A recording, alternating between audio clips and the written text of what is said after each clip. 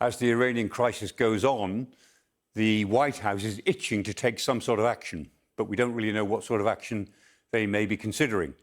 There are a number of options, of course. The non-kinetic options, the peaceful options, include more sanctions, using tariffs to try to isolate the government in Tehran, which is already looks as if it's taking place, and the idea of cyber attacks, perhaps, on the Guard, the Revolutionary Guard, who are actually conducting the oppression of the protesters out in the streets of many, many cities.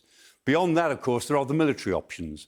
And if we think about military strikes, there are three types of target that would make a certain amount of sense to the United States. One type of target might be the nuclear facilities of Iran. There are plenty of them. There are many of them that the United States would still like to attack, and so would the Israelis. The problem with that is that it wouldn't actually help the protesters very much, and it will be an attack on some background elements of Iran, which might be quite counterproductive. A second set of targets might be the Revolutionary Guard headquarters and the way in which they operate in the major cities. But the problem is they do operate in the major cities like Shiraz and Isfahan and Mashhad and Tehran.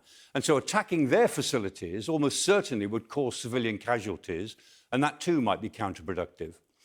A third sort of target might be the oil and gas infrastructure of Iran, and this would have an immediate effect, particularly in areas like Hag Island and Bandar Abbas. The South Pars gas field is the biggest single gas field in the world. It's shared with Qatar.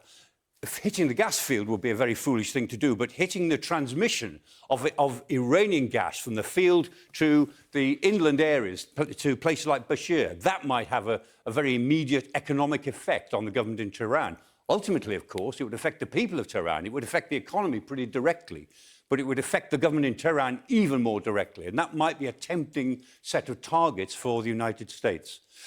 Ultimately, of course, all of this is about whether the outbreak of disorder, and that's our current map of how big the disorder is across Iran, whether that outbreak of disorder is better helped by military action or by non-military action.